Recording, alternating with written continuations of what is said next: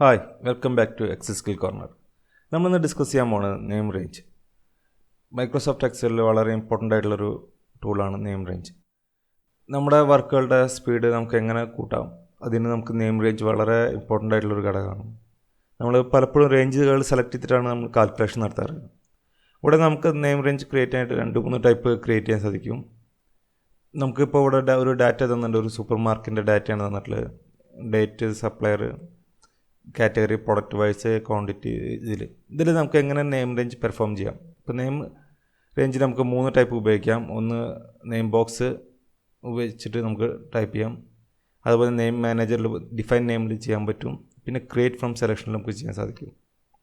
ഇവിടെ ഇപ്പോൾ ഞാനൊരു ടോട്ടൽ കോളം സെലക്ട് ചെയ്ത് ടോട്ടൽ സെലക്ട് ചെയ്തിട്ട് നെയിം ബോക്സിൽ ടൈപ്പ് ചെയ്യണം ടോട്ടൽ. ഈ വഴി നമുക്ക് ഒരു നെയിം ബോക്സ് ക്രിയേറ്റ് ചെയ്ത് കഴിഞ്ഞാൽ ഇപ്പോൾ ടോട്ടൽ സെയിൽ നിങ്ങൾക്ക് കാണാൻ പറ്റും. നമ്മൾ സം ടൈപ്പ് ചെയ്ത് ബ്രാക്കറ്റ് ഓപ്പൺ ചെയ്തിട്ട് ടോട്ടൽ വന്നിട്ട് ഓട്ടോമാറ്റിക്കായിട്ട് ഇവിടെ റേഞ്ച് സെലക്ട് ആയി വരും ടോട്ടൽ. അത് ഓപ്ഷൻ ക്ലിക്ക് ചെയ്ത് കഴിഞ്ഞാൽ നമുക്ക് ടോട്ടൽ എമൗണ്ട് കാണാൻ സാധിക്കും. ഇതേപോലെ തന്നെ മിനിമം സെയിൽസും നമുക്ക് ഇതുപോലെ തന്നെ ടോട്ടൽ ടൈപ്പ് ചെയ്ത് കഴിഞ്ഞാൽ കിട്ടും. ദാറ്റ് മീൻസ് നമുക്ക് റേഞ്ച് സെലക്ട് ചെയ്ത് കാണേണ്ട ആവശ്യമില്ല. ഇവിടെ ഓട്ടോമാറ്റിക് സെലക്ട് ചെയ്യുമ്പോൾ നിങ്ങൾക്ക് ഇവിടെ കോളത്തിൽ നീല ഒരു ഹൈലൈറ്റും കാണാം. ഇനി ഇതേപോലെ ഡിഫൈൻ നെയിമിൽ പോയിട്ട് എങ്ങനെ സെലക്ട് ചെയ്യാൻ വെച്ചാൽ ഡിഫൈൻ നെയിം മാനേജറിൽ ഡിഫൈൻ നെയിമിൽ വന്നു കഴിഞ്ഞാൽ ഇതേപോലെ ഒരു ബോക്സിൽ നമുക്ക് നെയിം ടൈപ്പ് ചെയ്ത് കൊടുക്കാം. ഇപ്പോൾ എക്സാമ്പിൾ ഞാൻ റീജിയൻ ടൈപ്പ് ചെയ്ത് കൊടുക്കുന്നു. റീജിയൻ ടൈപ്പ് ചെയ്തിട്ട് റെഫറൻസ് ടു എന്ന് പറഞ്ഞിട്ട് റെഫറൻസിൽ റീജിയൻ കോളം ഞാൻ സെലക്ട് ചെയ്യണം. റീജിയൻ കോളം റേഞ്ച് സെലക്ട് ചെയ്ത് കഴിഞ്ഞാൽ ഓക്കെ കൊടുത്തു കഴിഞ്ഞാൽ ഇപ്പോൾ ഇവിടെ നമുക്ക് റീജിയൻ നെയിമിൽ വേറൊരു പുതിയ നെയിം ക്രിയേറ്റ് ചെയ്തു ടാബിൽ. ഇപ്പോൾ നിങ്ങൾക്ക് കാണാൻ സാധിക്കും റീജിയൻ്റെ സബ്മിറ്റ് ഫോർമുല കൊടുത്തു കഴിഞ്ഞാൽ ടോട്ടൽ ടൈപ്പ് ചെയ്ത് റീജിയൻ ഓട്ടോമാറ്റിക്കായി റേഞ്ച് സെലക്ട് ചെയ്തു. പിന്നെ അതിന് ക്രൈറ്റീരിയ കൊടുത്താൽ മതി. ദാറ്റ് മീൻസ് ടോട്ടലിൽ റീജിയൻ സെൻട്രൽ റീജിയനിൽ എത്ര എമൗണ്ടാണ് കാണാൻ സാധിക്കും. ഇത് വളരെ ക്വിക്കായിട്ട് നമുക്ക് ചെയ്യാൻ സാധിക്കും. അല്ലാതെ പക്ഷേ നമ്മളിത് ഓട്ടോമാറ്റിക്കായിട്ട് എല്ലാ റേഞ്ച് സെലക്ട് ചെയ്തിട്ട് വേണം ഇത് കണ്ടെത്താൻ. ഇതേപോലെ തന്നെ ഇപ്പോൾ നമുക്ക് ഫുൾ എങ്ങനെ നമുക്ക് സെലക്ട് ചെയ്യാൻ സാധിക്കും. ഇപ്പോൾ ഞാൻ പ്രീവിയസ്ലി ഇവിടെ ചെയ്ത ഡാറ്റയാണ് ഇപ്പോൾ കാണാൻ സാധിക്കുന്നത്. ഇത് ഞാൻ ഡിലീറ്റ് ചെയ്തിട്ട് എനിക്ക് ഇത് എല്ലാ കോളത്തിനും ഇപ്പോൾ ഡേറ്റ് മുതൽ റീജിയൻ വരെ എല്ലാ കോളത്തിനും എനിക്ക് നെയിം റേഞ്ച് കൊണ്ടുവരണം. അതിനൊരു സിമ്പിൾ ഓപ്ഷൻ പറഞ്ഞു കഴിഞ്ഞാൽ ഇപ്പോൾ നിങ്ങൾക്ക് ഇവിടെ റേഞ്ച് പോയപ്പോൾ അതിൻ്റെ ടോട്ടലെല്ലാം പോയി.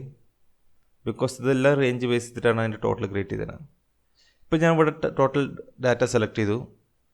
ഡാറ്റ സെലക്ട് ചെയ്ത് കഴിഞ്ഞിട്ട് നെയിം മാനേജറിൽ ക്രിയേറ്റ് ഫ്രം സെലക്ഷൻ ക്ലിക്ക് ചെയ്ത് കഴിഞ്ഞാൽ നമുക്കൊരു പോപ്പപ്പ് വരും. ഇതിൽ ഏത് നെയിമിലാണ് വേണ്ടത്. ദാറ്റ് മീൻസ് ടോപ്പ് റോയിൽ ക്ലിക്ക് ചെയ്ത് കഴിഞ്ഞാൽ ഇവിടെ ഓക്കെ കൊടുത്തു കഴിഞ്ഞാൽ നമുക്കിപ്പോൾ നമ്മുടെ നെയിം മാനേജറിൽ പോയി കാണാൻ സാധിക്കും. നമ്മുടെ പുതിയ നെയിം മാനേജർ ക്രിയേറ്റ് ചെയ്തതിനെല്ലാം ഇതിനെ ബേസ് ചെയ്തിട്ടാണ്, അതിൻ്റെ ഹെഡർ ബേസ് ചെയ്തിട്ടാണ് എല്ലാം ക്രിയേറ്റ് ചെയ്തത്. ഇനി നമുക്ക് ഇവിടെ നിന്നിട്ട് ഓരോ ഫോർമുല ടൈപ്പ് ചെയ്യുമ്പോഴും ഇപ്പോൾ ഫസ്റ്റ് ഡേറ്റ് അറിയാൻ വേണ്ടി minimum date, minimum date type ചെയ്ത് കഴിഞ്ഞാൽ ഓട്ടോമാറ്റിക്കായിട്ട് ഫസ്റ്റ് ഡേറ്റ് കിട്ടും നമുക്ക്. ഈ ഡാറ്റയിൽ ഏതാണ് ഫസ്റ്റ് ഡേറ്റ്, അതിൻ്റെ ഇപ്പോൾ നമ്പർ ഫോർമാറ്റിലാണ് വന്നതാണ്. ഫോർമാറ്റ് നമ്മൾ ചേഞ്ച് ചെയ്ത് ഡേറ്റ് ഫോർമാറ്റിലേക്ക് കൊണ്ടുവരുമ്പോൾ നമുക്ക് കാണാൻ സാധിക്കും 1 ജനുവരിയാണ്. ഇതേപോലെ തന്നെ ലാസ്റ്റ് ഡേറ്റ് കിട്ടാൻ വേണ്ടി മാക്സിമം ഡേറ്റ് കിട്ടാൻ വേണ്ടി നമ്മൾ ഇതുപോലെ ഡേറ്റ് ടൈപ്പ് ചെയ്താൽ മതി. നമുക്ക് വളരെ ക്വിക്കായിട്ട് തന്നെ ഫോർമുല ടൈപ്പ് ചെയ്യാൻ സാധിക്കും.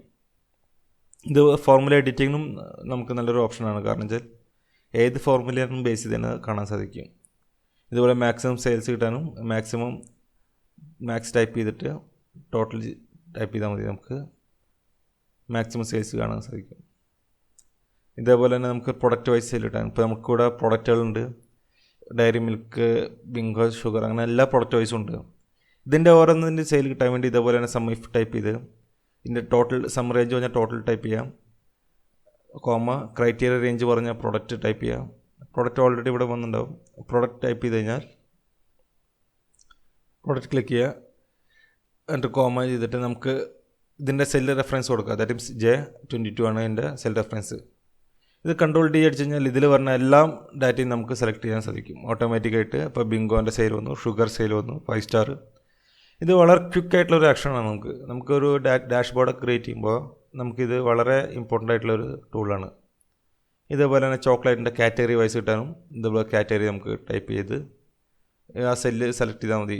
റേഞ്ച് സെലക്ട് ചെയ്ത് കഴിഞ്ഞാൽ ഓട്ടോമാറ്റിക്കായിട്ട് അവിടെ ഈ 4 കാറ്റഗറിയുടെയും ടോട്ടൽ കിട്ടും. ഇതുപോലെ സപ്ലയർ വൈസ് ടോട്ടലും ഇതുപോലെ സബ്മിറ്റ് ഫോർമുലയിൽ ടോട്ടൽ ടൈപ്പ് ചെയ്യുക. Sum range ടോട്ടലാണ്.